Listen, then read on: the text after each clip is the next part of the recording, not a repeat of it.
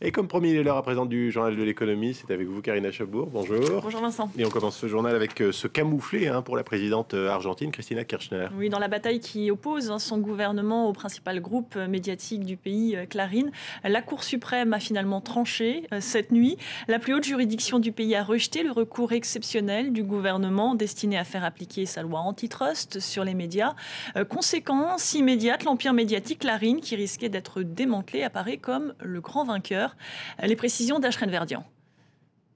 Échec cuisant pour Cristina Kirchner, la Cour suprême argentine estime inadmissible son recours. L'objectif était de casser le jugement d'une cour d'appel en faveur de Clarín et de démanteler le plus grand groupe médiatique du pays. Dimanche dernier, elle avait lancé une attaque virulente contre le géant devant des centaines de milliers de partisans. Quand les armes médiatiques de certaines personnes échouent, ils essaient alors d'utiliser des armes juridiques pour battre et mettre le gouvernement à terre. Cristina Kirchner voulait faire appliquer une loi antitrust au groupe Clarín, critique féroce de son gouvernement. La loi, qui date de 2009, limite le nombre de réseaux de télévision par câble, de chaînes et de radios détenus par un même groupe. Une législation qui, selon Clarín, est faite sur mesure pour le détruire. Son action était uniquement destinée à l'encontre du groupe Clarín, alors qu'il y a de nombreux autres groupes de médias en Argentine qui ne sont pas contraints par les nouvelles lois, mais que l'État n'a pas attaqués. Clarín a invoqué le respect de la liberté d'expression pour se défendre, mais il s'agit aussi de conserver sa part de marché. Le groupe détient 70% des médias argentins avec environ 500 compagnies. Il a réalisé aussi un chiffre d'affaires en hausse constante, plus 30% en 2011 par rapport à l'année précédente. Ils se cachent derrière la liberté d'expression. Mais le vrai problème est un problème de marché. Et c'est ce qui préoccupe vraiment le groupe Clarín. Cristina Kirchner traverse une mauvaise passe après le succès d'une mobilisation des classes moyennes le 8 novembre et une grève générale le 20. Elle doit maintenant composer avec un univers médiatique largement hostile. On jette un coup d'œil à présent sur les marchés, Karina. Et c'est la prudence qui est de mise ce matin sur les places asiatiques qui évoluent en ordre dispersé. Les investisseurs attendent l'issue d'une réunion de la Banque centrale américaine ce mercredi. Hier, la bourse de New York a clôturé en légère hausse grâce aux valeurs technologiques et aux bons résultats de McDonald's. En revanche, pas d'avancée sur le front des négociations budgétaires entre républicains et démocrates. Barack Obama est resté sur sa ligne. Le président américain s'est dit prêt à faire des petits compromis pour éviter une cure d'austérité, mais pas question pour lui de céder sur sa proposition d'augmenter les impôts pour les plus riches. On l'écoute. Ce qu'il faut, c'est un plan qui maintienne les impôts pour les familles de la classe moyenne. Faisons des coupes budgétaires importantes pour les choses dont nous n'avons pas besoin et demandons aux Américains les plus riches de payer un tout petit peu plus d'impôts. C'est un principe sur lequel je ne ferai pas de compromis. Barack Obama inflexible. L'actualité en Europe à présent, Karina, alors que l'Italie est de nouveau la cible des marchés. La Grèce, elle, bénéficie d'un certain apaisement. Les taux d'emprunt grecs se détendent. En effet, ils évoluent autour de 14% contre 18% il y a tout juste un mois. Athènes doit lever aujourd'hui plus de 3 milliards d'euros de bons du Trésor, mais à court terme. Athènes qui a aussi prolongé jusqu'à aujourd'hui midi son offre de rachat de sa dette auprès de ses créanciers privés. Un plan qui doit lui permettre de ramener sa dette à un niveau soutenable et de recevoir les 34 milliards d'euros de ses partenaires européens et du FMI. Et puis toujours en Europe, Karina, la crise automobile continue de sévir et de supprimer des emplois. Après PSA et Ford, Opel sacrifie à son tour une usine à Bochum en Allemagne. Des milliers d'emplois sont menacés. Une filiale de General Motors, devrait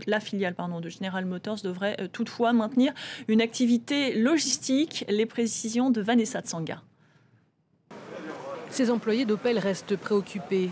Certes, le site de Bochum, dans le nord de l'Allemagne, ne fermera pas ses portes en 2016. Mais seule la partie logistique du site continuera à fonctionner après.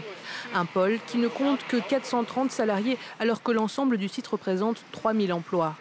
Tous ceux qui travaillent dans la chaîne de production du monospace Zafira pourraient voir leurs emplois disparaître. Car ici, la Zafira est le seul modèle fabriqué. Pour pallier le problème, l'installation d'une usine de composants est en discussion. Mais en Europe, les activités du constructeur automobile sont dans le rouge. La raison de cette décision difficile, ce sont les réductions de la demande sur le marché de l'automobile européen, tout comme l'énorme surcapacité d'Opel et de l'industrie tout entière. Cette annonce fait partie du plan d'avenir d'Opel, encore en négociation avec la direction de General Motors Europe et des représentants du personnel. Objectif pour le personnel, éviter tout licenciement sec avant 2016. Du côté de General Motors, il s'agit d'abord de renouer avec le profit d'ici 2015, un défi colossal à relever. Le marché est tellement difficile et il le restera car les problèmes liés à la dette se sont étendus à l'industrie automobile à cause des politiques. Donc, les projets de fermeture comme celui de Bochum ne pourront pas être évités. Pour les 9 premiers mois de l'année, les ventes d'Opel dans l'Union européenne ont chuté de 15% par rapport à la même période en 2011.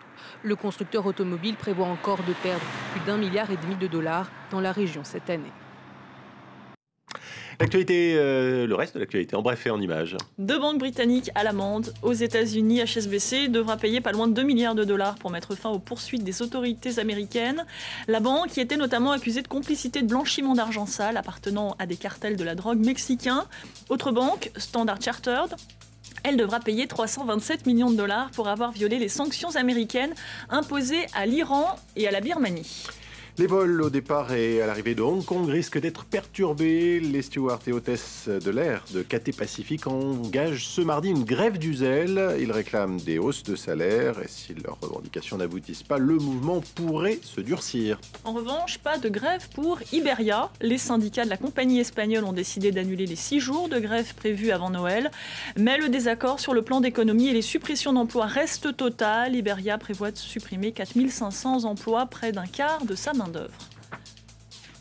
Enfin, en Australie, Karina, cette mise en garde plutôt étonnante de la police australienne. L'Apple Map qui a remplacé Google Maps sur l'iPhone, l'Apple Map pourrait être mortel. Un automobiliste qui voulait se rendre dans le village de Mildura s'est retrouvé perdu au beau milieu du désert, à 70 km de sa destination. Il a dû marcher pendant 24 heures avant de retrouver du réseau et de pouvoir contacter les secours.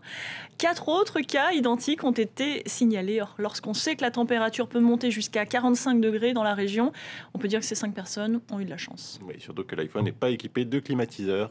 Pas encore en tout cas. Merci Karina Chabour. C'était donc le journal de l'économie. Il est 6h56 à Paris. Dans un peu plus de 3 minutes, le prochain journal. Nouvelle demi-heure d'information en compagnie d'Elisabeth Alain.